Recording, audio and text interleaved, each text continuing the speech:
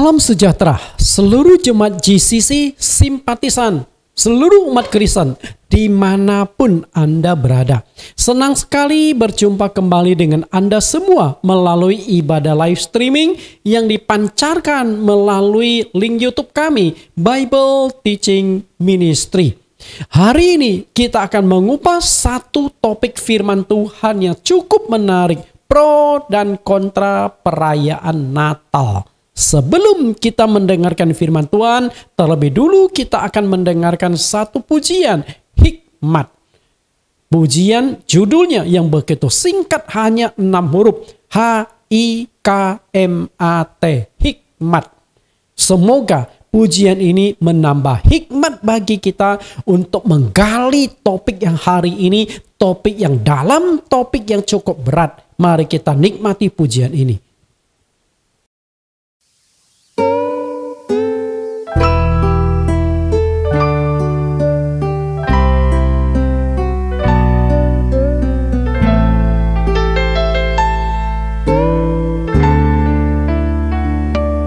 Ya Tuhan, ku bersyukur atas berkat dan mujizat yang telah Kau nyatakan. Ya Tuhan, ku bersyukur atas kasih setia-Mu yang Kau anugerahkan. Sekarang inilah yang ku pinta, hikmat mengelola apa yang telah ku terima, sebab hatiku percaya Kau sediakan juga semua hal terbaik yang tiada ku pinta.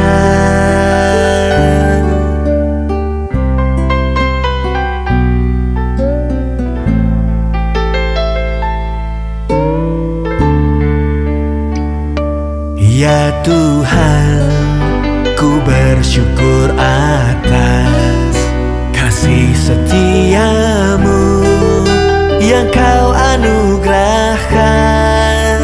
Sekarang inilah yang ku pinta, hikmat mengelola apa yang telah ku terima, sebab hatiku percaya Kau sediakan juga semua yang terbaik. Oh, inilah yang ku pinta, hikmat mengelola apa yang telah ku terima, sebab hatiku percaya Kau sediakan juga semua hal terbaik. Oh, Kau sediakan juga semua hal terbaik. Oh, yang tiada ku pinta.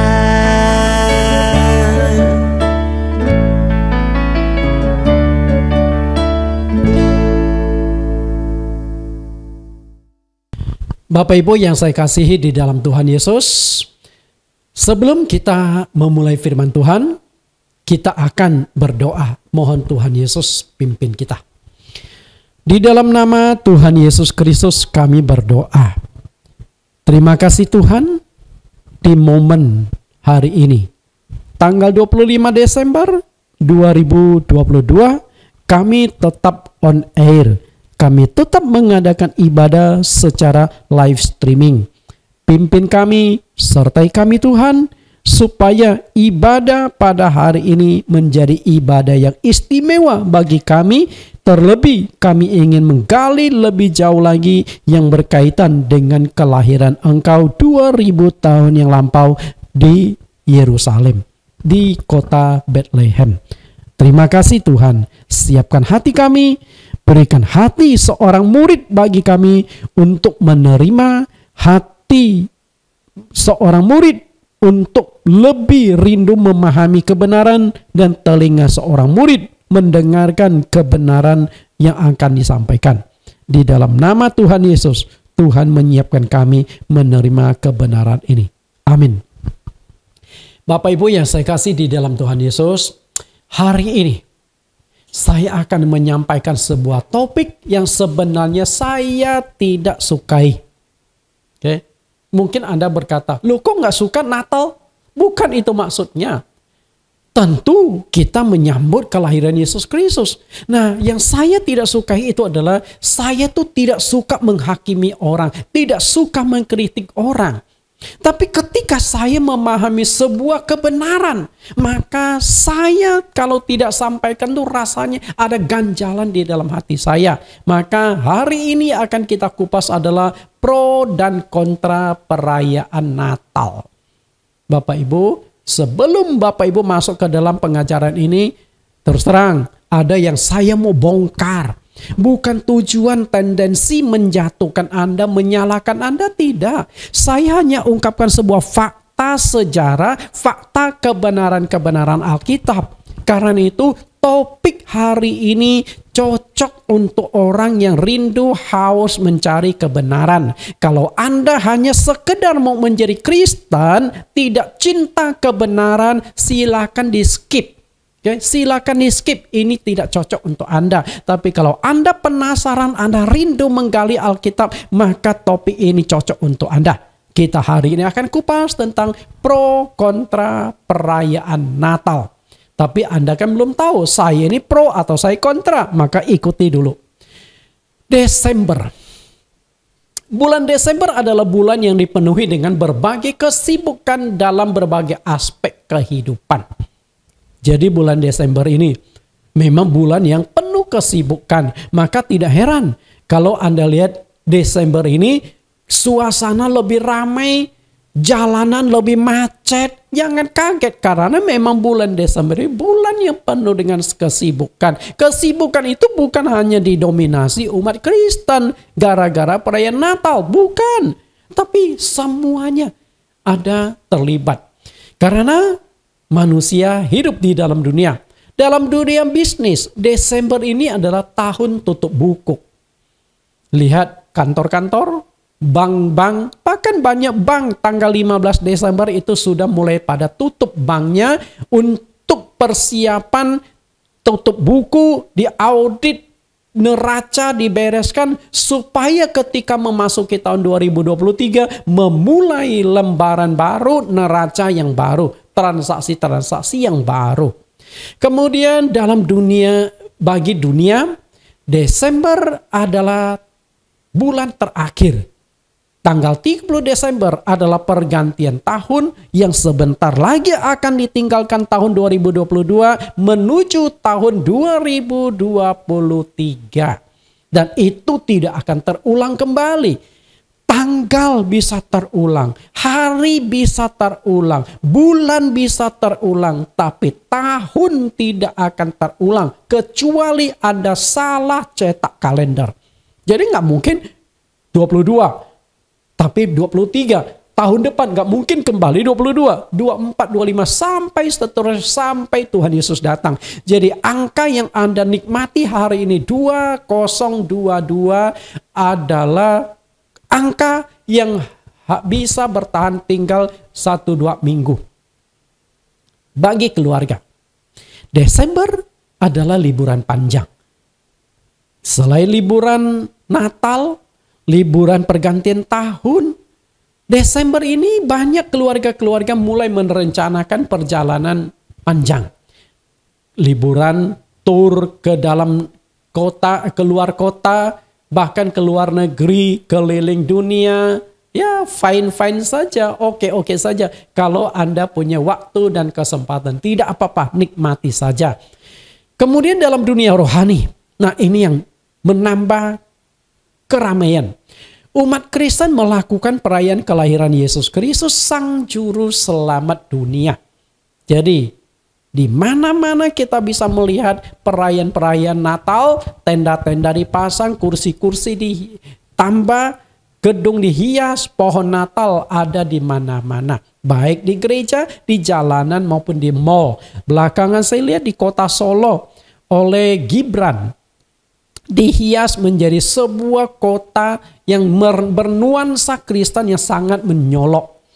Jadi Solo untuk bulan Desember seakan-akan menjadi kota Kristen. Ya, bersyukurlah bahwa masyarakat Solo cukup toleransi. Tentu nanti menjelang Idul Fitri, kalau kota Solo mau dihias dengan nuansa Islam, itu oke-oke saja. Dan harapan saya umat Kristen maupun non-Kristen bisa terima. Karena itulah toleransi yang kita harapkan bisa dijunjung tinggi di NKRI. Sikap umat Kristen dalam perayaan Natal. Terjadi dua pandangan. Pandangan pertama adalah pro dan pandangan kedua adalah kontra. Pro kontra. Pro itu artinya merayakan Natal itu sebuah keharusan, memang harus dijalankan karena Natal itu sudah identik kekristenan. Tapi ada sekelompok yang kontra yang mengatakan Natal itu tidak perlu dirayakan, tidak perlu dijalankan. Nah, mana yang benar? Lalu mana yang lebih banyak? Kita lihat yang pro. Yang pro Natal itu ada paling tidak 90%, yang kontra itu hanya 10%. 90 dan 10%. Jadi mayoritas umat Kristen itu merayakan Natal, hanya sedikit yang tidak merayakan Natal. Tentu masing-masing punya argumentasi. Yang 90% merayakan Natal punya argumentasi sejarah Alkitab dan ayat dan nubuat-nubuat. Argumentasinya sama, yang kontra pun sama, sehingga masing-masing punya argumentasi. Kadang-kadang argumentasi itu begitu tajam tanpa solusi. Karena itu kembali lagi ke masing-masing. Karena itu kalau Anda yang ada di 90% merayakan Natal, saya tidak tahu pembahasan saya cocok untuk Anda atau tidak. Kecuali Anda punya hati yang lapang, bisa terima pandangan orang yang berbeda. Tapi kalau Anda adalah tipe orang yang kritis, langsung mencap, Pak Nathan sesat, ya tidak cocok untuk Anda, silakan di skip saja. Karena saya membutuhkan yang 10% yang mungkin tidak merayakan Natal, tapi argumentasi alasan-alasan mereka belum kuat. Kita akan bahas lebih jauh. Berikut ini gereja-gereja yang tidak merayakan Natal. Saya dapatkan dari internet ya. Ada gereja Advent dengan jemaat sekitar 20 juta di dunia ya. Ada Saksi Yehova 10 juta. True Jesus Church atau Gereja Yesus Jati lebih kurang 3 juta. Kemudian Church of Christ 2,8 juta. Kemudian ada Quaker. Nah, kalau Anda pernah makan sereal ataupun Havermut, nah itu ada produk Quaker. Nah, itu adalah kelompok Kristen. Mereka itu hidup di dalam satu kelompok yang mungkin kalau tidak salah disebut kelompok Moravian. Kemudian ada Messianic Judaism. Ini adalah orang-orang Yahudi yang percaya Yesus Kristus itu adalah Mesias yang dijanjikan Allah. Jumlahnya sekitar 350.000. Kemudian ada The United Church of God. Umatnya sekitar 15.000 dan The World Last Chance. Nah, di sini datanya berapa jemaatnya saya tidak ada informasi.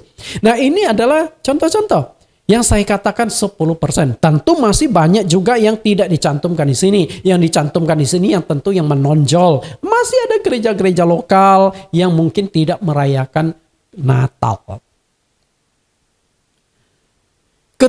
Baik gereja yang merayakan Natal maupun yang tidak merayakan Natal sama-sama berpegang pada Alkitab sebagai argumentasinya.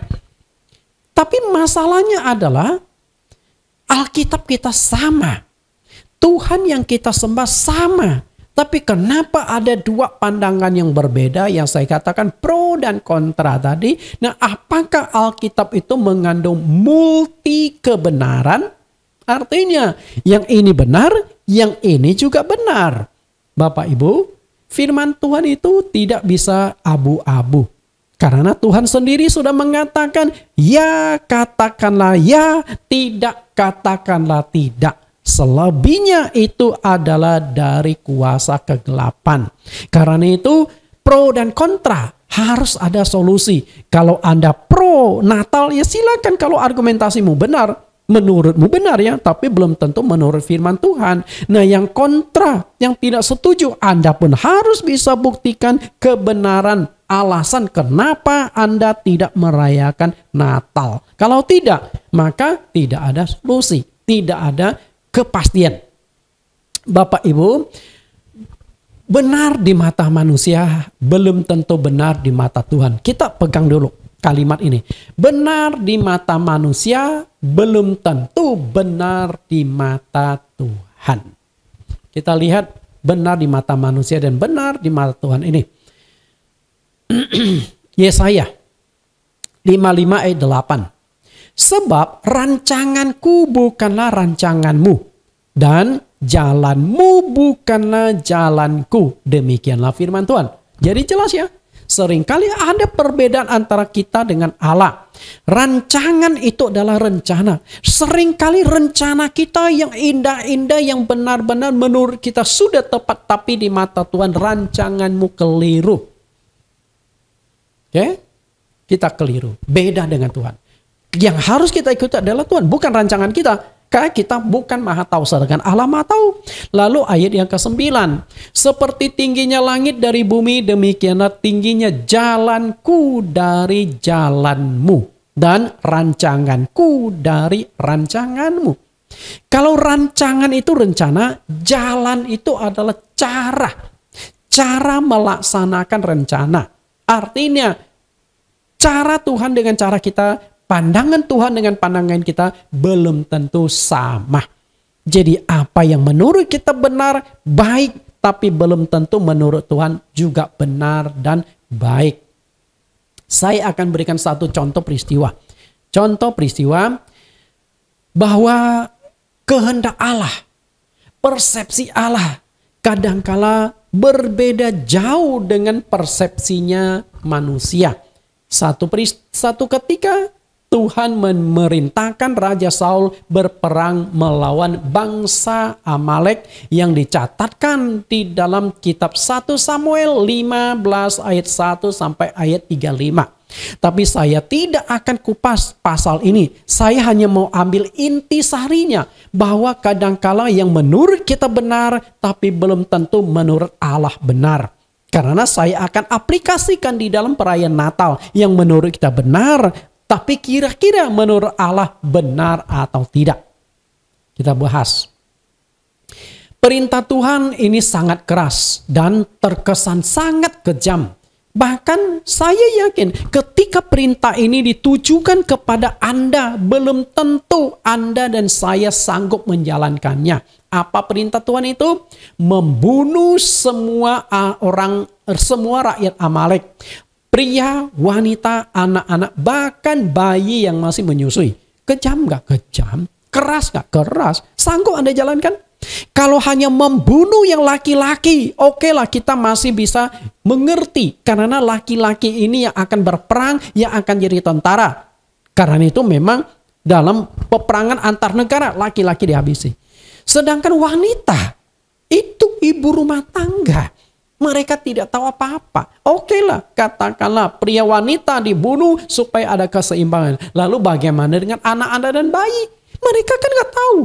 Orang tuanya melakukan kesalahan apapun, mereka tidak tahu. Mereka adalah tumbal atas sebuah kesalahan, tumbal atas sebuah resiko. Saya katakan sangat berat. Jadi ketika Tuhan suruh, Nathan, bunuh semuanya. Untunglah Tuhan tidak berikan perintah ini ke saya. Kalau Tuhan berikan perintah ini kepada saya juga harus berpikir melawan nurani. Melawan nurani. Tegakah Anda menggorok seorang anak kecil, seorang bayi yang lagi menyusu, tega kita gorok lehernya? Sampaikah kita seperti itu? Itu enggak mudah. Saya katakan berat. Lalu yang kedua, membunuh semua hewan yang mereka miliki. Nah ini mungkin gampang. Karena hewan tinggal kita potong-potong, sembelih-sembelih, selesai. Tapi yang bagian pertama itu nyawa manusia. Apalagi nyawa-nyawa anak-anak yang masih kecil, yang masih menyusui, yang tidak tahu apa-apa. Tapi itu perintah Tuhan yang harus dijalankan. Jadi yang saya ingin berikan penegasan di sini adalah Tuhan itu tegas terhadap firman-Nya. Tuhan katakan A, jangan kau ubah jadi B. Tuhan katakan habisi, jangan kau kutak-katik, jangan libatkan perasaanmu untuk menjalankan firman Tuhan. Intinya di sana. Kita lihat perintah Tuhan dan bagaimana Saul menjalankannya. 1 Samuel 15 ayat 1. Berkatalah Samuel kepada Saul, aku telah diutus oleh Tuhan untuk mengurapi engkau menjadi raja atas Israel, umatnya. Oleh sebab itu dengarkanlah bunyi firman Tuhan. Ayat 2, beginilah firman Tuhan semesta alam. Aku akan membalas apa yang dilakukan orang Amalek kepada orang Israel. Karena orang Amalek menghalang-halangi mereka ketika orang Israel pergi dari Mesir. Jadi pergilah sekarang, kalahkanlah orang Amalek. Tumpaslah segala yang ada padanya dan jangan ada belas kasihan padanya. Perhatikan kata yang saya cetak biru dan bergaris bawah. Jangan ada belas kasihan kepadanya. Artinya kadang-kadang dalam menjalankan firman Tuhan jangan libatkan perasaanmu. Kalau engkau libatkan perasaanmu, firman Tuhan itu sulit sekali engkau jalankan. Tapi taat sepenuhnya. Walaupun perintah Tuhan itu berat. Di mana beratnya? Perhatikan ini, bunuhlah semuanya, laki-laki maupun perempuan, kanak-kanak maupun anak-anak yang menyusu, lembu maupun domba, unta maupun keledai. Sanggup Anda jalankan?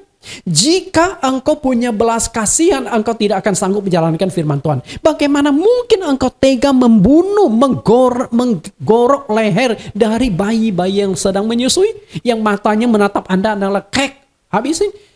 Karena itu jangan libatkan perasaan. Tuhan kata habisi. Ini zaman perjanjian lama ya Bapak Ibu. Bukan zaman perjanjian baru. Karena zaman perjanjian lama itu Allah itu terkesan sangat tegas, sangat keras. Ini perintah yang sangat keras. Karena itu saya katakan belum tentu kita pun sanggup lakukan. Tapi bagaimana Saul? Saya katakan Saul ini luar biasa. Mentalnya itu luar biasa. Mungkin dia ini seorang tentara. Jadi membunuh itu sudah biasa. Lihat ayat yang ke-7.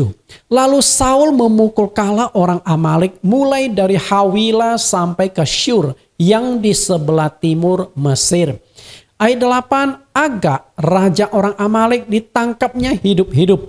Tetapi segenap rakyatnya ditumpasnya dengan mata pedang. Ayat 9. Tetapi Saul dan rakyat itu menyelamatkan Agak dan kambing domba dan lembu-lembu yang terbaik dan tambun. Pula anak domba dan segala yang berharga. Tidak mau mereka menumpasnya semuanya itu. Tetapi segala hewan yang tidak berharga dan yang buruk itulah yang ditumpas mereka. Bapak Ibu perhatikan. Saul telah melibatkan pikiran logikanya untuk menjalankan firman Tuhan. Rakyat. Tentu rakyat itu tergantung raja. Kalau raja tegas, jangan ada yang disisakan. Semuanya bunuh. Semua manusia. Semua hewan dibunuh semua. Semua harta kekayaan rampasan harus dibasmi. Dimusnahkan semua. Dibakar dengan api. Selesai. Kalau rakyat ada secara pribadi lakukan itu kesalahan dia. Tuhan akan hukum dia. Tapi Saul ini raja, komando tertinggi. Ketika dia berkata A, maka seluruh prajurit yang pergi berperang harus ikut komando dia. Tapi sayang sekali Saul melakukan pelanggaran. Apa yang dia langgar? Perhatikan. Agak. Raja orang Amalek ditangkap hidup-hidup. Untuk apa raja orang Amalek ditangkap hidup-hidup? Saya yakin Saul itu pasti punya tujuan. Apa tujuannya? Secara logika saya yakin tujuan Saul itu pasti baik. Oke, baik. Di mana baiknya? Ingin membangkitkan semangat dari prajuritnya. Lihat nih, raja musuh kita berhasil kita tangkap. Kita bisa permainkan, kita bisa hukum, kita bisa bunuh dia. Lalu membangkitkan patriotisme dari rakyat Israel. Bahwa tentara mereka kuat, tentara mereka berhasil mengalahkan musuh. Lihat nih, raja musuh kita sudah takluk kepada kita. Saya yakin rakyat yang melihat ini bersorak-sorak. Memuji Tuhan. Tuhan kami hebat, Tuhan memberikan kemenangan. Tapi di mata Tuhan salah. Lalu Yang kedua, kambing domba dan lembu yang baik dan tambun tidak dibunuh. Padahal Tuhan sudah katakan semua manusia, termasuk rajanya dibunuh, semua hewan tidak ada yang boleh dikecualikan, termasuk hewan-hewan yang tambun. Padahal kalau kita berpikir, kalau manusianya dibunuh wajarlah. Tapi hewan-hewan ini kan bermanfaat untuk rakyat Israel sendiri. Apakah semua rakyat Israel sudah cukup makanannya, sudah cukup kekayaannya? Secara logika, saya katakan lagi, secara logika saya setuju dengan tindakan Raja Saul. Secara logika. Tapi apakah logika saya sama dengan kehendak Tuhan? Sama dengan perintah Tuhan? Itu yang jadi persoalan. Kita lihat lebih jauh, ayat 10. Lalu datanglah firman Tuhan kepada Samuel demikian. Aku menyesal karena aku telah menjadikan Saul raja. Sebab ia telah berbalik daripadaku dan tidak melaksanakan firmanku. Maka sakit hatilah Samuel dan ia berseru-seru kepada Tuhan semalam-malaman. Tuhan kecewa. Tuhan tidak senang.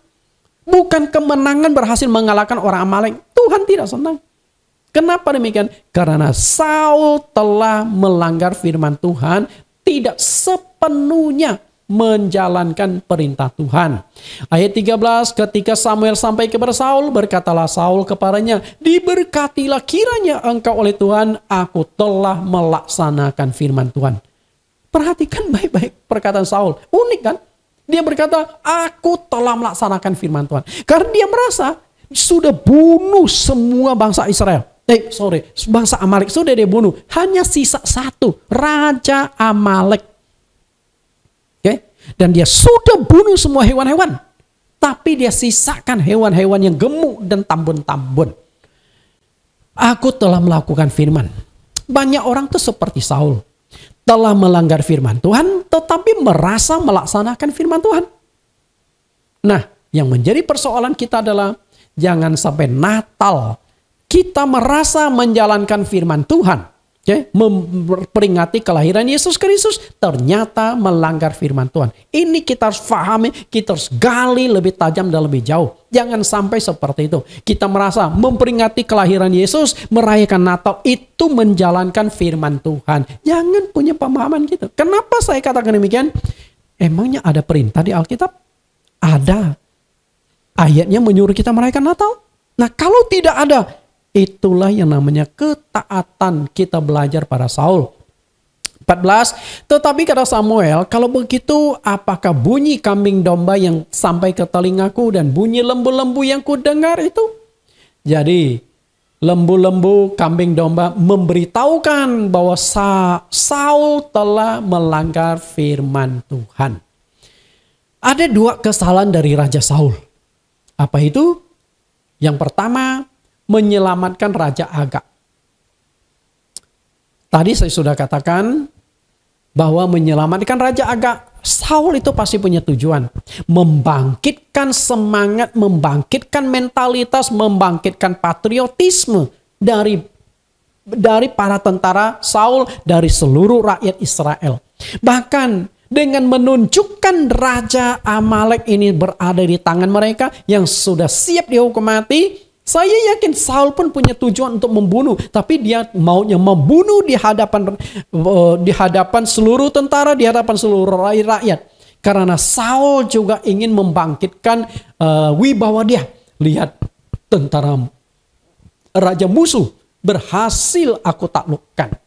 Lalu yang kedua adalah menyelamatkan kambing domba yang baik dan tambun.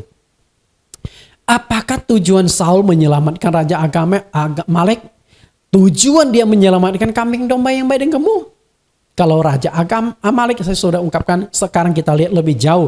Apa sih tujuan Saul menyelamatkan kambing domba, hewan-hewan yang tambun dan baik? Perhatikan baik-baik jawaban Saul.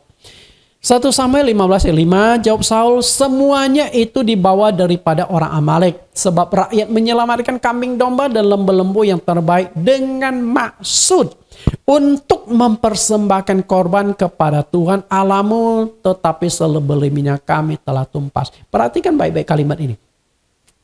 Tujuan kami menyelamatkan hewan-hewan yang baik dan tambun adalah mempersembahkan korban bakaran, bersyukur kepada Tuhan. Tuhan telah memberikan kemenangan. Menurut Anda, baik atau tidak? Bapak Ibu, baik nggak? Baik. Oh, kita mempersembahkan korban untuk memuliakan nama Tuhan, kok baik. Sama juga perayaan Natal, baik nggak? Baik. Salahnya di mana? Nah, itu yang menjadi masalah. Benar di mata Tuhan, baik, benar di mata manusia, baik di mata manusia, belum tentu baik dan benar di mata Tuhan. Nah, itu yang harus kita pelajari, kehendak Tuhan, ya, kehendak Tuhan. Kita lihat. Perlu diketahui, apa yang menurut Anda baik dan benar, belum tentu di mata Tuhan juga baik dan benar. Perayaan Natal, baik nggak? Baik. Benar atau enggak? Nah, itu yang jadi persoalan. Di mata Tuhan itu baik atau benar atau tidak. Walaupun kelihatan baik dan mulia, namun di mata Allah tetap saja dianggap tidak taat atau pemberontakan terhadap perintahnya. Sehingga firman Tuhan datang kepada Saul. Lalu datanglah firman Tuhan kepada Samuel demikian. Aku menyesal karena aku telah menjadikan Raja Saul sebab ia telah berbalik daripadaku dan tidak melaksanakan firmanku. Maka sakit hatilah Samuel dan berseru-seru kepada Tuhan semalam-malaman. Tuhan berkata, aku nyesel. Padahal kalau kita lihat porsi menjalankan firman Tuhan dengan melanggar itu porsinya sedikit. 95% Saul sudah jalankan perintah Tuhan. Kenapa? Karena Tuhan suruh semua orang Amalek basmi. Pria, wanita, tua, muda, anak-anak, bahkan bayi-bayi menyusui sudah dibunuh. Sisa satu saja, Raja Amalek. Kan kalau yang pembunuhan rakyat itu mungkin 99, sekian persen Saul sudah jalankan. Hanya 0, sekian persen melanggar. Lalu kambing domba. Semua hewan-hewan yang sudah jelek-jelek dibunuh semua. Tapi yang tambun-tambun yang sehat-sehat diselamatkan. Tujuannya untuk apa? Mempersembahkan korban kepada Tuhan. Ini juga baik dan dia sudah lakukan. Hampir semua hewan sudah dia bunuh. Tapi sedikit saja kesalahan, tidak taat di mata Tuhan jadi masalah. Oke? Di mata Tuhan jadi masalah. Karena itu ketaatan pada firman Tuhan itu penting sekali. Setelah ditegur, Raja Saul bukannya menyesal dan mengakui kesalahannya dan bertobat. Dia nggak bertobat. Okay? Mengapa engkau tidak mendengarkan suara Tuhan? Mengapa engkau mengambil jalan dan melakukan apa yang jadi marah Tuhan? Lalu kata Saul kepada Samuel, aku memang mendengarkan suara Tuhan dan mengikuti jalan yang telah disuruh Tuhan kepadaku dan aku membawa Agag Raja Amalek, tetapi orang Amalek itu sendiri telah kutumpas. Sudah ditegur tetap membela diri. Dia berkata, aku sudah jalankan. Apa yang dikatakan Saul sebenarnya tidak salah. Dia memang sudah jalankan.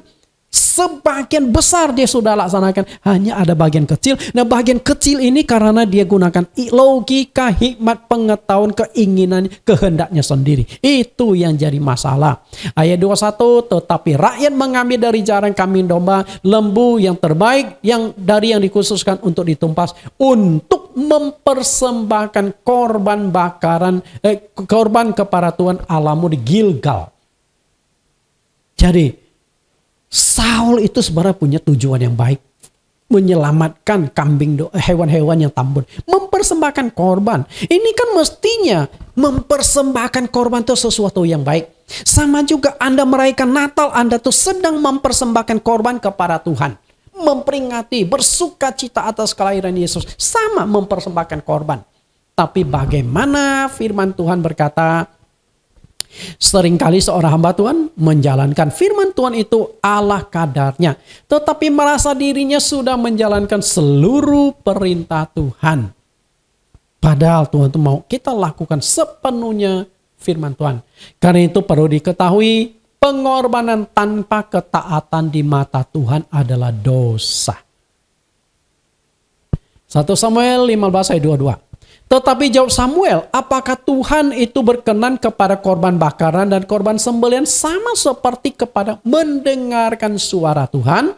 Sesungguhnya mendengarkan lebih baik daripada korban sembelihan, memperhatikan lebih baik daripada lemak domba-domba jantan. 2 23, sebab pendurhaka adalah sama seperti dosa bertenung dan kedegilan adalah sama seperti penyembahan berhala dan terafim. Karena engkau telah menolak firman Tuhan, maka ia telah menolak engkau sebagai raja. Bayangkan, gara-gara kesalahan sepele, Saul ditolak sebagai raja. Padahal sepelenya tuh begini loh. Seluruh rakyat Amalek sudah dibunuh, hanya sisa satu. Artinya 99, sekian persen sudah melakukan. Hanya sedikit loh. Kemudian semua hewan-hewan yang kurang bagus sudah dibunuh, hanya sisa sebagian kecil. Yang baik-baik, yang tambun-tambun, sehat-sehat. Dan itu pun bukan untuk Saul. Bukan untuk dimakan rakyat, untuk mempersembahkan korban kepada Tuhan. Kalau kita lihat di sini, tujuannya baik loh. Tapi Tuhan berkata, emangnya aku berkenan pada korban-korbanmu? Yang aku butuhkan adalah ketaatanmu. Sama juga perayaan Natal. Perayaan Natal. Tujuan Anda memang baik. Tujuan Anda kelihatan benar di mata manusia.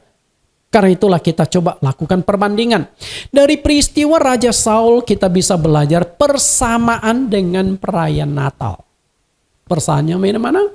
Dari sisi Raja Saul atau logika manusia, tujuan menyelamatkan kambing domba yang gemuk adalah suatu hal yang baik. Baik. Di mana baiknya? Perhatikan kembali ayat ini. 1 Samuel 15 ayat 15. Karena sudah beberapa kali saya baca, saya hanya menitik beratkan kalimat yang saya buat kelap-kelip. Untuk mempersembahkan korban kepada Tuhan Allahmu. Baik tujuannya. Siapa yang ngomong tidak baik? Tujuannya baik. Motivasinya baik. Tapi di mata Tuhan sudah melanggar perintah Tuhan. Padahal Tuhan itu yang memerintahkan korban-korban. Tuhan yang suruh korban-korban. Tapi untuk kasus ini Tuhan tidak suruh. Dan Tuhan suruh tumpah semuanya. Tapi Saul memasukkan ide, pikiran, pendapat pribadi dalam menjalankan firman Tuhan. Nah demikian pula dalam perayaan Natal. Jangan sampai kita memasukkan ide, pendapat, pikiran pribadi kita. Kita harus lihat kehendak atau firman Tuhan seperti apa. Saya katakan hari ini khotbah saya tidak menyenangkan Anda yang 90%. Tidak menyenangkan. Oke. Karena itu, kalau Anda tidak sanggup mengikuti lagi, kalau Anda tidak sependapat, saya katakan sekali lagi, silakan skip. Silakan lewati. Masih banyak topik-topik yang lain yang saya tidak mengkritik orang, tapi membangun iman pengetahuan seseorang. Tujuan baik dalam perayaan Natal. Bersukacita mengucap syukur atas kelahiran Sang Juru Selamat dunia. Salah enggak? Baik enggak? Benar dan tujuannya baik. Menjadi momentum dalam memberitakan Injil, mengajak orang ke gereja. Biasa kalau hari ibadah mengajak orang kan susah. Tapi di perayaan Natal, di mana ada sukacita, ada pesta, ada door prize sebagainya, ajak ke gereja. Jadi mungkin orang ini susah diajak ke gereja, tapi di momen perayaan Natal dia datang tuh. Kan harapan kita nyangkut nih orang. Setelah satu kali menginjakkan kaki ke gereja, satu kali mendengarkan firman Tuhan, satu kali melihat suasana gereja, melihat puji-pujian, mudah-mudahan biasa tertarik. Tapi apakah kita memberitakan ini hanya setahun sekali? Nah itu juga direnungkan, momentum berkumpulnya keluarga bersama-sama. Kan jarang nih satu keluarga berkumpul bersama. Tapi kalau ada perayaan Natal, nah itu ramai-ramai satu keluarga ke gereja. Bapak Ibu yang saya kasihi di dalam Tuhan Yesus, sekali lagi ini adalah logika dan sudut pandang manusia. Menurut kita benar, menurut kita baik, menurut kita sudah sesuai. Tapi masalahnya adalah logika yang sama juga diucapkan Raja Saul ketika menyelamatkan kambing domba yang gemuk dan sehat, yaitu untuk mempersembahkan korban bakaran bagi Tuhan. Jadi rancanganku bukan rancanganmu, jalanku bukan jalanmu. Maka yang perlu kita ikuti adalah Tuhan. Maka saya akan kupas bersasarkan firman Tuhan. Masalahnya Tuhan tidak pernah satu kali pun perintahkan umat Kristen merayakan Natal. Coba deh Bapak Ibu yang 90% merayakan Natal, coba tunjukkan kepada saya perintah Tuhan untuk memperingati kelahirannya. Lalu ada pendeta yang menunjukkan. Oh, orang Majus merayakan kelahiran Yesus. Ingat loh, itu bukan perintah Tuhan. Inisiatif dia, dan dia melihat bintang muncul, dia ingin datang menyembah sang raja. Dan itu perlu. Di waktu Yesus dilahirkan itu sangat perlu. Karena kalau tidak, kita kan nggak tahu bahwa sang juru selamat raja besar telah lahir ke dunia. Justru dengan adanya orang Majus memberitakan, oh seorang raja yang sangat penting telah lahir. Lalu bagian yang kedua adalah gembala-gembala di padang. Malaikat datang, telah lahir juru selamat dunia. Lalu gembala di padang ini datang lalu menyiarkan, oh telah lahir orang yang penting. Memang waktu Yesus dilahirkan perlu ada pemberitahuan. Nah setelah itu, setelah orang tahu Yesus pernah lahir ke dunia, kelanjutannya apakah masih perlu diperingati? Nah itu yang perlu kita renungkan. Karena masalahnya tidak ada satu ayat pun di dalam Alkitab yang memerintahkan kita merayakan Natal. Tidak ada. Amsal 30 ayat 5 sampai 6. Perhatikan ayat ini. Semua firman Allah adalah murni. Ia adalah perisai bagi orang-orang yang berlindung padanya. Janganlah menambahi firman-Nya supaya engkau tidak ditegurnya dan dianggap pendusta. Perhatikan di sini. Jangan menambahi firman-Nya. Kalau di dalam Alkitab memang tidak pernah diperintahkan kita merayakan Natal, lalu Anda merayakan, Anda kan sudah menambahi firman Tuhan. Sadar nggak? Anda sudah menambahi firman Tuhan. Sudah menambahi. Kalau jemaat yang awam mereka ikut gembalanya. Ketika gembalanya menjalankan Natal diikuti. Kemudian kenapa firman Tuhan tidak boleh ditambah? Karena firman Tuhan itu sudah murni. Murni itu seutuhnya dari Tuhan. Ketika engkau tambah-tambahkan, bukan firman Tuhan lagi, tapi sudah tercampur antara firman Tuhan dan firman manusia. Ajaran Tuhan dan ajaran manusia. Perintah Tuhan dan perintah manusia sudah tercampur di sana. Sudah nggak murni. Karena itu ketika kita mau jalankan Alkitab, jalankan secara murni. Jangan ada sedikit celah. Saul, celah kesalahannya sedikit. Satu raja, seorang saja yang diselamatkan. Di mata Tuhan itu sudah celah. Dia tidak jalankan sepenuhnya. Kalau Saul itu membunuh termasuk raja-rajanya, semua hewan dibunuh, semua rampasan dimusnahkan, saya yakin Saul itu akan jadi raja sampai dia meninggal. Tapi faktanya, gara-gara kesalahan kecil, Tuhan tolak dia sebagai raja Israel, lalu angkat Daud sebagai penggantinya. Tuhan punya otoritas. Ketika kita tidak mau taat, maka kita tidak akan dipakai Tuhan, tidak akan diakui Tuhan, ditolak oleh Tuhan. Supaya engkau tidak ditegurnya dan dianggap pendusta. Ditegur Tuhan karena Anda menambahi firman Tuhan.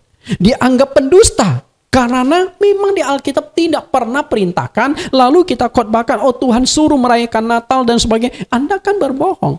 Hamba Tuhan berbohong. Jadilah hamba Tuhan yang jujur. Apa yang benar sampaikan kepada jemaatnya. Tuhan sangat marah dan benci jika ada hamba Tuhan yang mengajarkan apa yang tidak pernah diperintahkan oleh Tuhan. Di mata Tuhan itu adalah nabi palsu.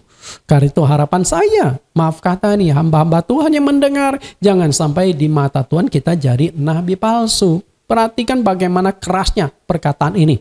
Ulangan 18 ayat 20. Tetapi seorang nabi yang terlalu berani untuk mengucapkan demi namaku perkataan yang tidak kuperintahkan untuk dilakukan olehnya, atau yang berkata demi nama Allah lain, nabi itu harus mati.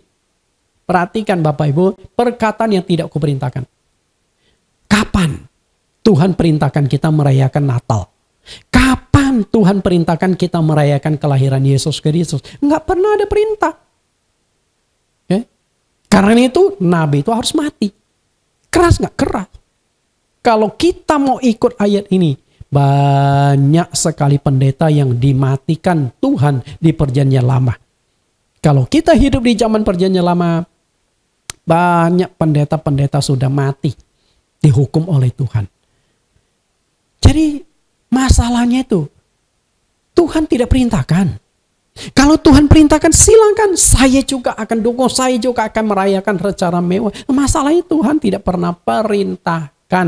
Karena itu firman Tuhan itu sangat tegas, sangat jelas bahwa firman Tuhan tidak boleh ditambah dan firman Tuhan itu tidak boleh dikurangi. Ketika engkau menambah dan mengurangi firman Tuhan, kemurnian firman Tuhan itu sudah ternoda. Ulangan 4 ayat 2. Janganlah kamu menambahi apa yang kau perintahkan kepadamu dan janganlah kamu menguranginya. Dengan demikian kamu berpegang pada perintah Tuhan Allahmu yang kusampaikan kepadamu. Perhatikan kata yang saya cetak merah dan diberi garis bawah. Menambahi atau mengurangi. Firman Tuhan tidak boleh dikotak-katik. Lalu di kitab yang sama, Ulangan 12 ayat 32. Segala yang kau perintahkan kepadamu harus kamu lakukan dengan setia. Perhatikan kata setia. Orang yang setia akan menjalankan sepenuhnya. Sama seperti Saul tidak setia. Tidak setia pada firman Tuhan. Tuhan suruh basmi habis. Tapi dia tidak setia. Tidak setia karena dia menggunakan logika pikiran sendiri. Janganlah engkau menambahi ataupun menguranginya. Jadi ketika engkau jadi orang yang setia, sampai yang kecil pun engkau akan jalankan. Orang yang setia, kalau dia percayakan ke uang, sampai 1 sen pun dia akan laporkan pemanfaatan uang tersebut. Tapi kalau tidak setia, kelihatannya uang kecil. Tapi ketika engkau masukkan ke dalam neraca, 1 rupiah, itu yang berbeda. Neraca itu sudah tidak seimbang. Karena yang namanya neraca itu kiri kanan itu harus seimbang sampai titik 0. Itulah kesetiaan.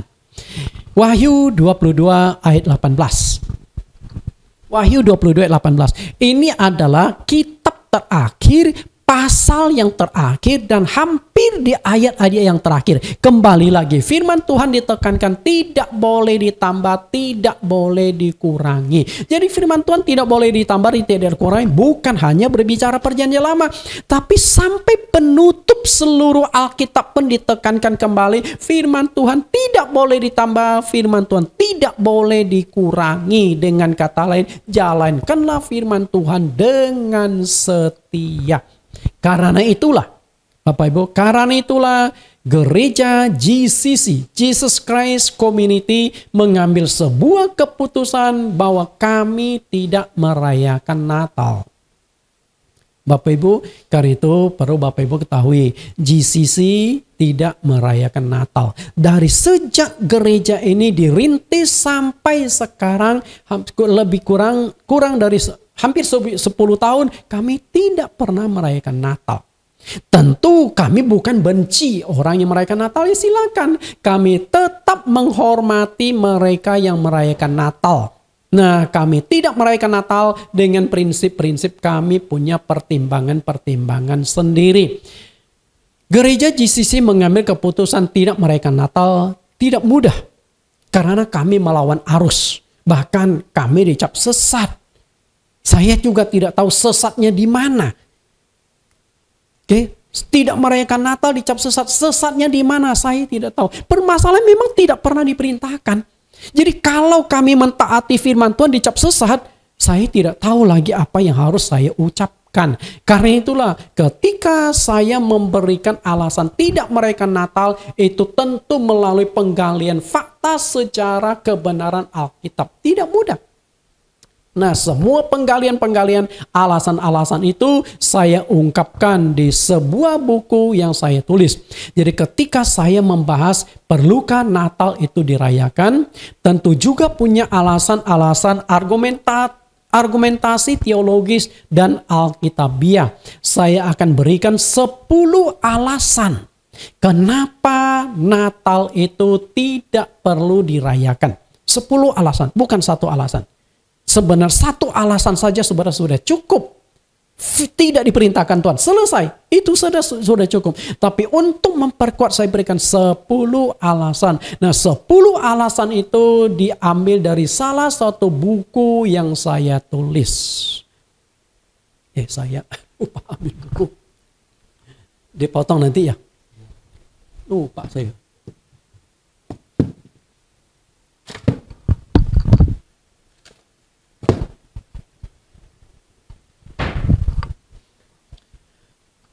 Bapak Ibu, nah 10 alasan kenapa tidak perlu merayakan Natal adalah satu buku yang saya tulis. Nah ini bukunya Bapak Ibu.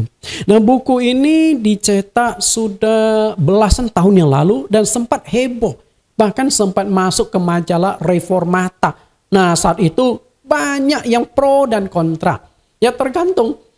Yang pro pasti mendukung, oh ini benar. Sedangkan yang kontra ini menyerang saya, bahkan mencap pendeta Nathan sesat, pendeta Nathan ekstrim. Ya saya tidak tahu mau dikatakan apa lagi. Karena itulah sebuah risiko ketika Anda menceritakan sebuah kebenaran. Risiko yang sama dialami oleh Tuhan Yesus disalibkan. Kenapa? Karena ajaran Yesus berbeda dengan para imam-imam, para pemimpin agama Yudaisme.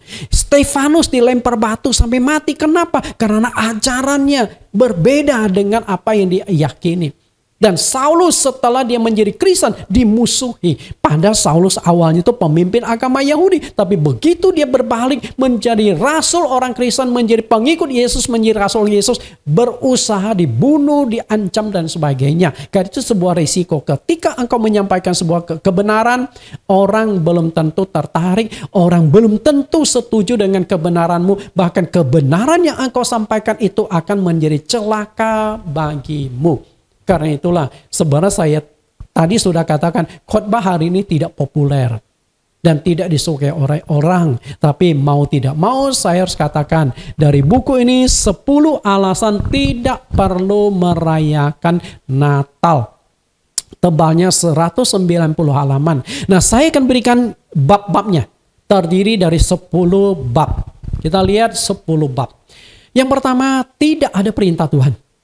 Tadi saya sudah katakan, silakan cari satu saja ayat perintah Natal perlu dirayakan. Maka saya anggap buku saya itu keliru. Yang kedua, makna Natal telah mengalami pergeseran. Yang ketiga, perayaan Natal merupakan sebuah tradisi. Yang keempat, Yesus adalah Allah yang kekal. Yang kelima, agar tidak terjebak dalam penyesatan iblis. Yang keenam, firman Tuhan tidak boleh ditambah atau dikurangi. Yang ketujuh, 25 Desember hari lahirnya Dewa Matahari. Apakah itu hari lahirnya Yesus? Yang kedelapan, Natal banyak mengandung unsur tahayul dan dongeng. Misalnya pohon Natal, Sinterklas, itu sama sekali tidak ada di Alkitab yang berkaitan dengan kelahiran Yesus. 9, para rasul tidak pernah merayakan Natal. Yang ke-10, Natal banyak mengandung unsur penyembahan berhala. Ketika Anda pasang pohon Natal, itu sudah berkaitan dengan penyembahan berhala. Lalu ada bola-bola. Bola yang Natal itu Anda tahu nggak? Itu simbol matahari. Dewa matahari yang disembah zaman dulu. Nah banyaklah. Nah semua itu saya kupas di dalam buku tersebut. Tentu tidak mungkin dalam 1 jam saya bisa kupas buku yang hampir 200 halaman ini. Namun saya akan kupas sedikit poin penting yang berkaitan dengan 10 alasan tidak perlu merayakan Natal ini. Apalagi hari ini 25 Desember. Dan saya tidak tahu pas sekali hari ini 25 Desember. Perlu diketahui bahwa di dalam Alkitab tidak ada satu ayat pun yang memerintahkan kita merayakan kelahiran Yesus. Yang diperintahkan itu memperingati justru kematian Yesus. Jadi ya Yesus minta bukan kelahiran tapi kematian. Lihat Lukas 22 ayat 19. Lalu ia mengambil roti, mengucap syukur, memecah-mecahkannya dan memberikannya kepada mereka. Katanya, inilah tubuhku yang diserahkan bagi kamu. Perbuatlah ini menjadi peringatan akan aku. Jelas ya, Yesus minta loh kematiannya itu diperingati. Nah, kalau Natal itu perlu diperingati, pasti Yesus sudah minta sekalian di sini. Bisa nangkap Anda? Dia punya hak kok. Dan ketika Yesus minta pun tidak ada salahnya. Masa kematianku diperingati? Tolong ya sekalian kelahiranku. Sederhana sekali, betul nggak? Tapi kenapa Tuhan Yesus tidak meminta? Nah itu kita yang harus cari jawaban. Nah kalau dia tidak minta berarti dia tidak pernah perintahkan. Nah kalau tidak perintahkan maka Natal itu memang tidak perlu dijalankan. Nah setelah itu gereja berdiri di hari Pentakosta. Yesus ditangkap, disalibkan, naik ke sorga. Kemudian Di sorga Tuhan memilih seorang rasul yang terakhir. Jadi ada 12 rasul. Yudas sudah gugur diganti oleh Matias. Jadi tetap 12 orang. Tapi setelah itu Tuhan pilih satu lagi rasul ke-13 yang secara unik dipilih dari sorga. Nah, kepada Saulus kembali lagi Tuhan tekankan bahwa harus memperingati kematiannya dalam wujud perjamuan kudus. Kita lihat perintah Tuhan. 1 Korintus 11 ayat 24. Dan sesudah ia mengucap syukur atasnya, ia memecah-mecahkannya dan berkata, inilah tubuhku yang diserahkan bagi kamu. Perbuatlah ini menjadi peringatan akan aku. Jelas ya? Kemudian ayat yang ke-25. Demikian juga ia mengambil cawan sesudah makan. Lalu berkata, cawan ini adalah perjanjian baru yang dimeteraikan oleh darahku. Perbuatlah ini setiap kali kamu meminumnya menjadi peringatan akan aku. Perhatikan Bapak Ibu, perintah Tuhan. Perbuatlah ini menjadi peringatan akan aku. Ketika dia sedang memegang sebuah roti, tubuhnya. Lalu perbuatlah ini setiap kali kamu meminumnya menjadi peringatan aku. Ketika dia sedang mengambil cawan anggur perjamuan, inilah darahku. Yesus minta kematiannya diperingati, bukan kelahirannya. Kalau memang kelahiran Yesus perlu diperingati, Yesus pasti sudah minta. Karena itu ketika berbicara peringatan kelahiran dan kematian, kelahiran tidak pernah diperintahkan, kematian diperintahkan Tuhan. Karena itu, mana yang Anda jalankan? Apakah salah jika gereja GCC tidak merayakan Natal oleh karena tidak pernah diperintahkan Tuhan Yesus sendiri? Kami memang beda. Beda dengan gereja umumnya, tapi jangan beda di mata Tuhan, jangan beda dengan Alkitab. Anda boleh beda dengan gereja lain, tapi tidak boleh beda dengan firman Tuhan. Engkau harus sama dengan firman Tuhan, dan itu tidak mudah. Anda akan berjalan sendiri. Basuh kaki yang dicatatkan di Yohanes 13 ayat 1 sampai 20. Sebaliknya yang jelas-jelas ada diperintahkan Tuhan Yesus malah diabaikan oleh hampir semua gereja di dunia, yaitu pembasuhan kaki. Diabaikan betul. Lukas 6 ayat 46. Mengapa kamu berseru kepadaku Tuhan, Tuhan, padahal kamu tidak melakukan apa yang aku katakan? Yesus katakan harus basuh kaki. Anda jalankan enggak? Ini jelas-jelas ada perintah, tapi Anda abaikan. Yang Natal tidak ada perintah, Anda jalankan dengan penuh semangat meriah. Kita lihat bagaimana perintah tentang pembasuhan kaki. Yohanes 13 ayat 14. Jadi jikalau aku membasuh kakimu, aku yang adalah Tuhan dan gurumu, maka kamu pun wajib saling membasuh kakimu. Perintah enggak? Kemudian ayat 15. Sebab aku telah memberikan suatu teladan kepada kamu supaya kamu juga berbuat sama seperti yang telah aku perbuat kepadamu. Nah, ayat 15 lebih jelas. Yesus katakan kepada murid-muridnya, aku sudah kasih teladan, sudah kasih contoh bagaimana cara basuh kaki. Ambil baskom, isi air, dibasuh, setelah itu dilap kering pakai kain. Sudah jelas. Nah, untuk masalah pembasuhan kaki, silakan Anda kunjungi link YouTube kami di Bible Teaching Ministry. Ada 6 sesi, ada 5 sesi topik khusus pembasuhan kaki. Dan gereja kami juga jalankan pembasuhan kaki itu. Karena itu memang perintah Tuhan. Kita lihat Merry Christmas atau Selamat Hari Natal. Apalagi perayaan Natal zaman sekarang sudah identik dengan kemewahan, kemeriahan, pesta pora. Jauh sekali berbeda dengan suasana waktu Yesus dilahirkan. Beda sekali. Kita lihat momen bagaimana kondisi waktu Yesus dilahirkan. Gambaran Natal masa kini. Menghias gedung gereja dengan mewah dan mahal. Berapa banyak tuh biaya untuk dekorasi tuh.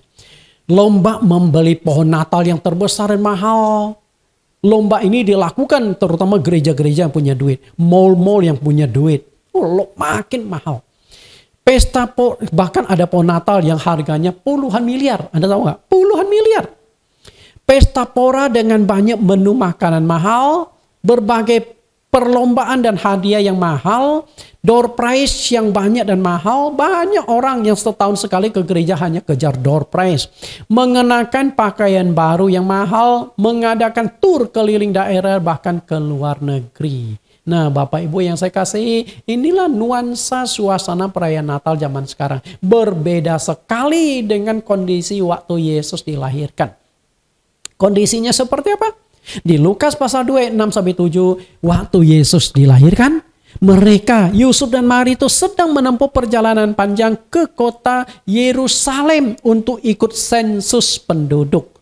Dan di saat itulah Maria melahirkan. Tapi di kota Bethlehem ini semua tempat penginapan itu penuh. Karena banyak orang yang dari luar kota datang untuk ikut sensus penduduk, pendaftaran. Maka tidak ada tempat, terpaksa Maria melahirkan di sebuah kandang hewan. Kalian lihat, raja segala raja lahir di kandang hewan. Sekarang kita merayakannya pesta pora meriah-meriah. Apakah itu layak? Kemudian setiap kali perayaan Natal ada satu peristiwa pilu yang luput dari perhatian Anda semua. Yaitu Herodes menyuruh membunuh ratusan anak-anak di Bethlehem, di Yerusalem dan sekitarnya. Ratusan loh.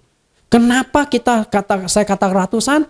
Karena yang ditarget oleh Herodes adalah umur 1-2 tahun.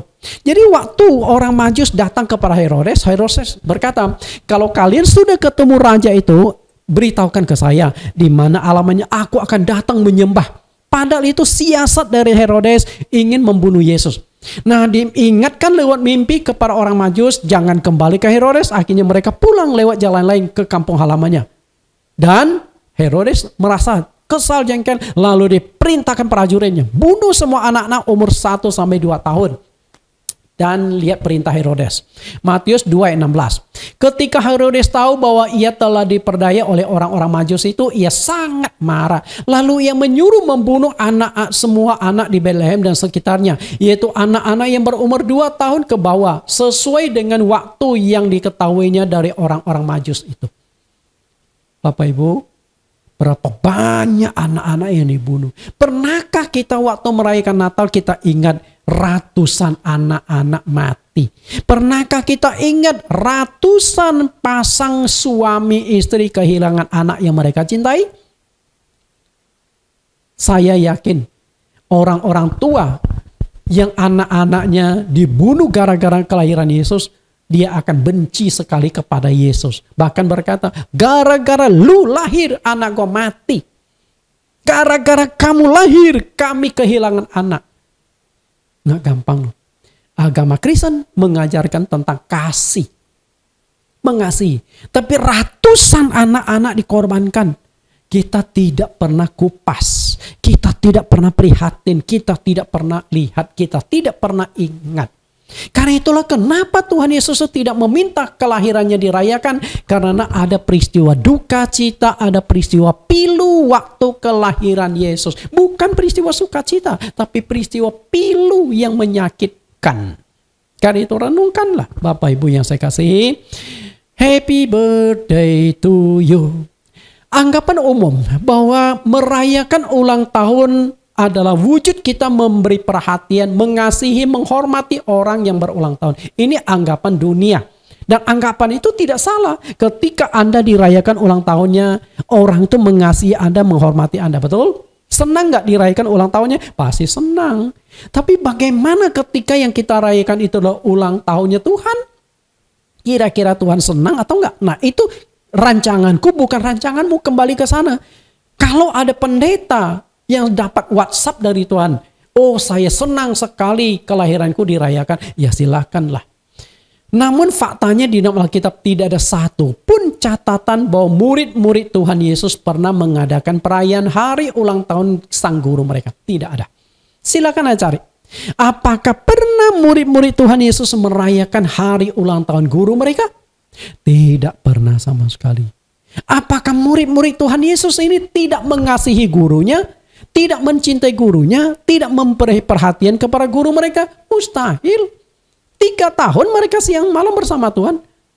Jadi 3 kali Yesus ulang tahun, tetap aja diabaikan. Kenapa demikian? Karena karena ada 3 alasan. Kenapa murid-murid tidak merayakan Natal? Alasan pertama, perayaan kelahiran itu bukan kebiasaan umat pilihan atau bangsa Yahudi. Umat Yahudi itu selalu ditekankan jangan mengkultuskan seorang pribadi. Dari kesanalah akhirnya mereka itu tidak biasa mencatat hari ulang tahun lalu diperingati. Perayaan ulang tahun itu adalah kebiasaan bangsa kafir. Dan di Alkitab hanya tercatat 2 kali perayaan ulang tahun dan 2 kali itu orang kafir. Dan 2 kali perayaan ulang tahun itu ada 2 nyawa yang dikorbankan. Ulang tahun pertama terjadi di Perjanjian Lama, yaitu ulang tahun Firaun. Nah, juru roti raja dibunuh gara-gara ulang tahun. Kemudian di Perjanjian Baru, yang ulang tahun itu adalah Herodes. Gara-gara dia ulang tahun, anaknya Herodias menari menyenangkan Herodes, lalu Herodes menjanjikan apapun yang diminta dikasih. Nah, saat itu dia minta kepala Yohanes. Gara-gara Herodes ulang tahun, kepala Yohanes dipancung. Jadi 2 kali saja mencatat perayaan ulang tahun dan 2 kali 2 nyawa dikorbankan. Yesus tidak pernah perintahkan murid-muridnya merayakan kelahirannya. Nggak pernah diperintahkan. Makanya murid-murid ini orang yang paling dekat dengan Tuhan tahu persis. Kalau gurunya minta pasti mereka sudah jalankan. Sama seperti memperingati kematiannya. Tuhan Yesus minta, maka murid-murid tetap menjalankan memperingati kematian Tuhan. Kemudian mereka yang paling mengerti hati dan pikiran Tuhan. Siang malam bersama dengan Tuhan. Dan mereka tahu. Maka kita kalau mau tahu Tuhan suka atau tidak ulang tahunnya dirayakan, belajar pada murid-murid. Karena mereka yang paling tahu, mereka yang paling dekat. Kalau Anda katakan orang yang tidak merayakan kelahiran Yesus adalah orang yang tidak bersyukur, tidak bisa mengasihi Tuhan, Anda salah besar. Berarti murid-murid tidak bersyukur dan tidak mengasihi Tuhan. Betul? Karena itu kami belajar kepada murid-murid Tuhan Yesus. GCC belajar kepada murid-murid. Karena ada resiko ketika kita berbeda dengan murid-murid. Resikonya di mana? Galatia 1 ayat 8. Tetapi sekalipun kami atau seorang malaikat yang dari sorga yang memberitakan kepada kamu suatu Injil yang berbeda dengan Injil yang telah kami beritakan kepadamu, terkutuklah dia. Ketika ajaran kita berbeda dengan rasul-rasul, kita akan dikutuk. Okay? Akan dikutuk. Karena itu jangan sampai kita punya ajaran berbeda. Harus sama seperti rasul-rasul. Nah, karena rasul-rasul tidak pernah merayakan Natal, maka kami juga tidak pernah merayakan Natal. Karena itu, salahkah kami? Jika kami disalahkan, salahkanlah ke rasul-rasul. Karena kami mengikuti contoh rasul-rasul. Selain itu, Rasul Paulus juga mengingatkan kita agar berhati-hati dengan manipulasi penyesatan iblis. Kenapa mesti hati-hati? Lalu apa hubungannya dengan perayaan Natal? Begini loh. Iblis. Okay?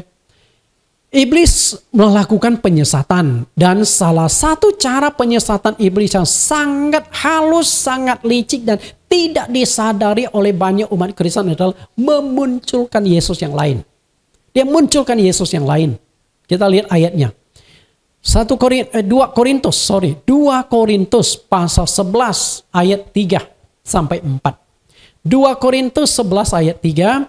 Tetapi aku takut kalau pikiran kamu disesatkan dari kesetiaan kamu yang sejati kepada Kristus. Sama seperti Hawa diperdayakan oleh ular itu dengan kelicikannya. 2 Korintus 11 ayat 4.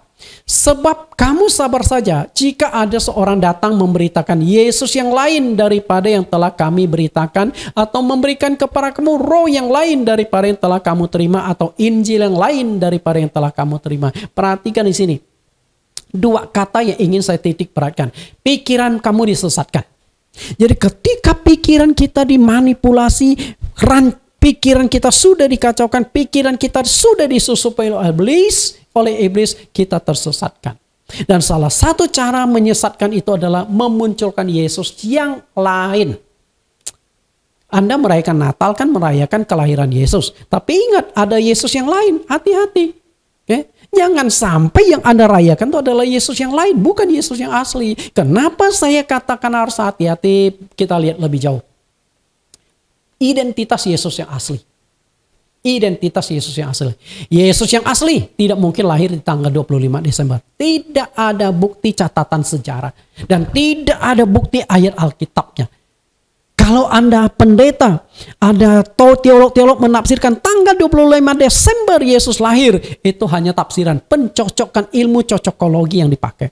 Enggak ada bukti sejarah, enggak ada bukti. Bahkan jangankan tanggal, tahun kapan Yesus lahir aja enggak tahu. Kalau tahunnya saja enggak tahu, apalagi tanggalnya. Bisa nangkap?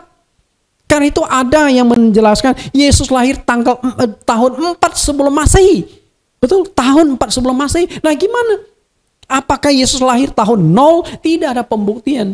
Makanya kalau kalender menggunakan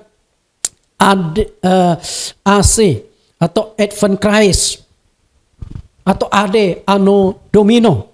Nah itu semua dihitung dari tahun 0. Apakah Yesus lahir di tahun 0? Tidak ada yang tahu. Kalau tahunnya saja tidak tahu, bagaimana bulan dan tanggalnya. Nah di buku yang saya tulis, saya ungkapkan ada 4 alasan bahwa Yesus tidak dilahir di bulan Desember. Karena itu saya tidak bisa kupas. Karena terlalu panjang di sini. Lalu yang kedua, Yesus yang asli tidak pernah meminta hari lahirnya dirayakan. Itu yang asli. Ya, Yesus yang asli. Nah, dari sini kita harus renungkan, Yesus mana yang Anda rayakan? Oke, jika Yesus tidak lahir di tanggal 25 Desember dan tidak pernah meminta hari lahirnya dirayakan, Yesus mana yang Anda rayakan kelahirannya? Kalau saya lahir tanggal 1 Januari, Anda merayakannya di bulan Februari, bulan Maret, saya tidak merasa itu ulang tahun saya. Karena itu penting sekali tanggal bulan itu. Oke, tanggal bulan itu penting sekali. Karena itu identitas ciri dari seseorang. Maka harus renungkan yang kita rayakan. Yesus yang asli atau Yesus yang lain. Nah kalau Anda merasa jika tanggal 25 Desember adalah hari lahirnya Yesus yang asli, silakan Anda rayakan. Tapi kalau Anda merasa tanggal 25 Desember bukan hari lahirnya Yesus yang asli, Anda sudah terjebak menyembah, merayakan ulang tahun Yesus yang lain. Renungkanlah hal tersebut. Semoga apa yang saya sampaikan saat ini tidak membuat Anda marah, kecewa, menuding saya sesat atau menuding saya menghalangi Anda untuk bersuka cita merayakan Natal. Saya sama sekali tidak ada maksud ke sana, hanya coba memaparkan fakta-fakta kebenaran Alkitab. Keputusan kembali pada masing-masing. Saya tetap menghormati Anda walaupun Anda berbeda dengan saya. Saya tetap mengasihi Anda. Saya tetap menghormati Anda merayakan ulang tahun perayaan Yesus Kristus yang Anda anggap itu sebagai sebuah kebenaran. Itulah sebagian kecil dari buku yang saya tulis. Nah, untuk mengetahui lebih jauh akan saya kirimkan buku tersebut secara elektronik bagi Anda memang kalau tertarik memiliki buku tersebut. Tapi kalau tidak, Anda juga bisa melihatnya dari link YouTube kami di link Jesus Christ Community. Silakan Anda kunjungi link YouTube tersebut. Tuhan Yesus memberkati. Kita tundukkan kepala kita akan berdoa. Di dalam nama Tuhan Yesus kami berdoa. Tuhan, pelajaran hari ini cukup berat. Dan pelajaran hari ini, hamba-Mu tidak tahu berapa banyak orang yang suka, yang tertarik. Tapi itulah yang hamba-Mu coba paparkan. Melawan arus. Melawan mayoritas. Karena mayoritas Kristen menganggap Natal adalah identik dengan Kristen. Ketika tidak merayakan Natal, maka engkau bukan Kristen lagi. Hamba-Mu mencoba memurnikan bahwa di dalam Alkitab tidak pernah engkau satu kali pun memerintahkan kami merayakan Natal. Namun kami tetap harus saling menghormati, saling mengasihi. Keputusan penghakiman ada di tangan engkau. Karena kami hanya belajar untuk taat pada firman-Mu. Tidak terjebak seperti Raja Saul, hanya sedikit saja dia melakukan pelanggaran, engkau tolak dia sebagai Raja Israel. Kami tidak ingin pengalaman Saul terjadi pada kami sehingga kami ditolak.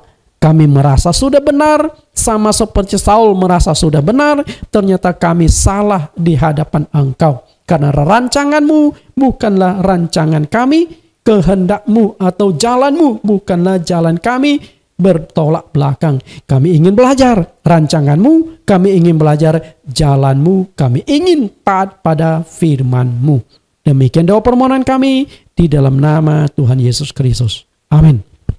Bapak Ibu, kita dengarkan satu pujian, Hati Sebagai Murid. Seorang murid adalah orang yang haus belajar. Seorang murid adalah orang yang tunduk pada pengajaran. Seorang murid memiliki telinga. Seorang murid mendengar, merenungkan. Dan kalau itu sebuah kebenaran, dia akan pegang, dia akan jalankan. Jadilah hati sebagai murid. Tuhan Yesus berkati.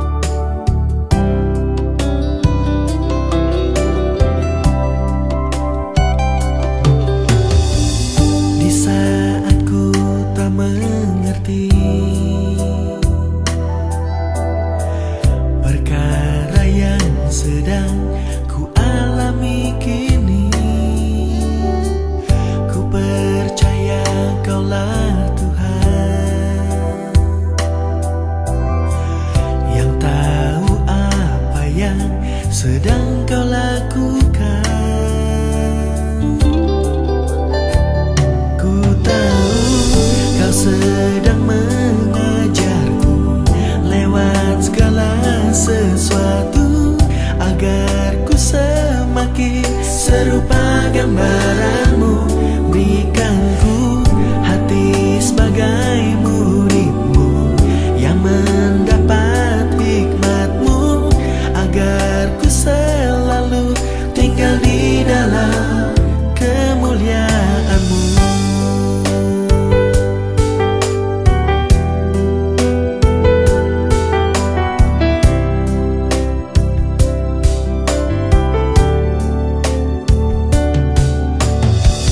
Di saat ku tak mengerti, di saat ku tak mengerti perkara yang sedang ku alami kini,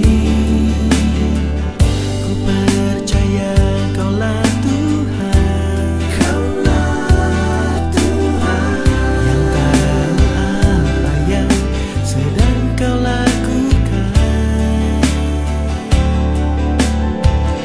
Ku tahu Kau sedang mengajarku lewat segala sesuatu, agar ku semakin serupa gambaranmu. Berikan ku hati sebagai muridmu yang mendapat hikmatmu, agar ku selalu tinggal di dalam kemuliaanmu.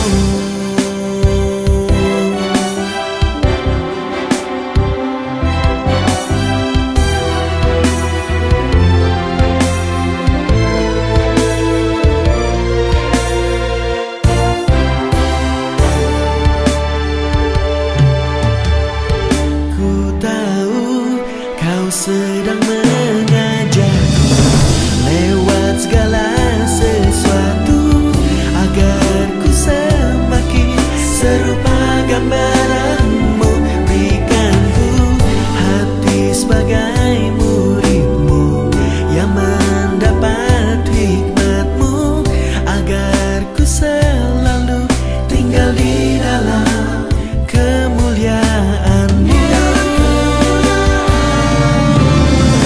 Kau sedang mengajarku lewat segala sesuatu, agar ku semakin serupa gambaranmu. Berikan ku hati sebagai murid.